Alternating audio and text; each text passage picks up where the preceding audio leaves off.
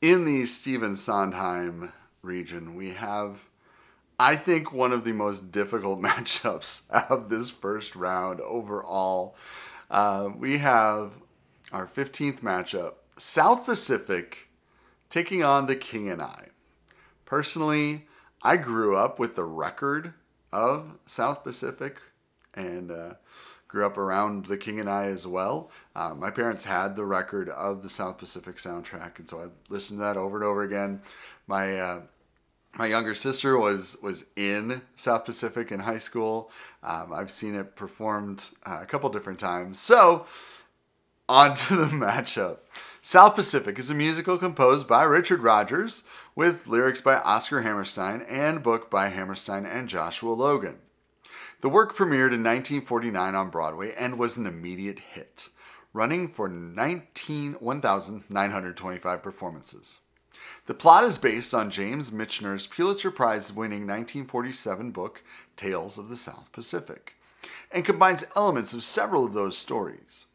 Rodgers and Hammerstein believed they could write a musical based on Michener's work that would be financially successful and, at the same time, send a strong progressive message on racism.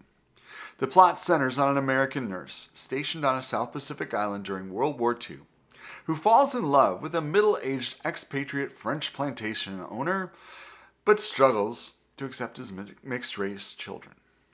A secondary romance between a U.S. Marine lieutenant and a young Tonkinese woman explores his fears of the social consequences should he marry his Asian sweetheart.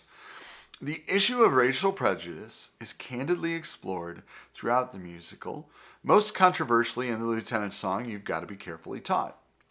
Supporting characters, including a comic petty officer and the Tonkinese girl's mother, help to tie the stories together.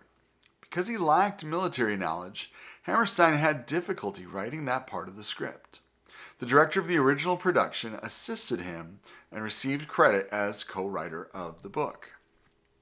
The original Broadway production enjoyed immense critical and box office success, became the second longest running Broadway musical to that point, behind another Rodgers and Hammerstein classic, Oklahoma.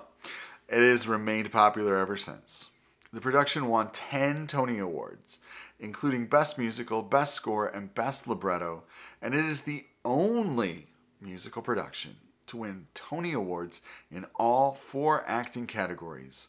Its original cast album was the best-selling record of the 1940s, and other recordings of the show have also been popular.